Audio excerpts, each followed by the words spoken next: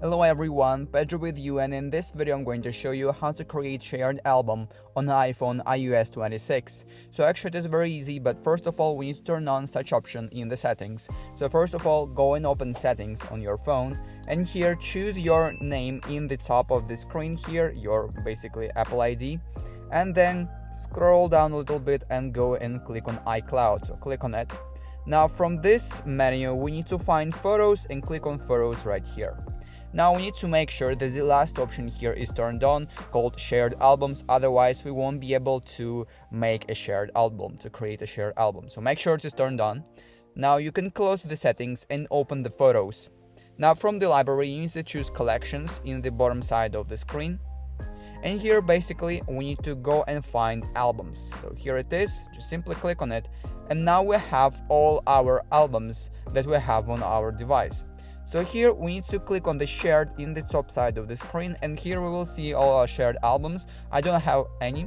So to create a shared album, all I have to do is to click on the plus sign in the top right corner, and now I can customize my new shared album. So I can create a name for this album, so for example just simply one, and I can of course add some photos to this album. So click on add photos, and you can add photos or videos, whatever you want. I will add these photos and click on the tick in the top right corner to add them to my album.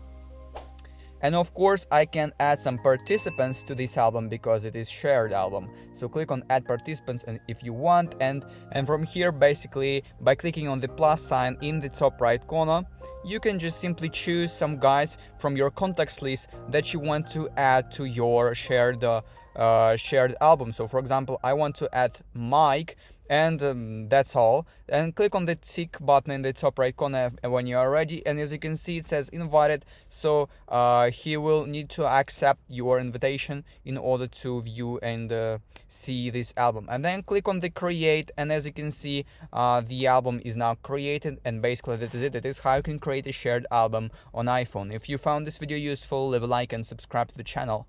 Thank you.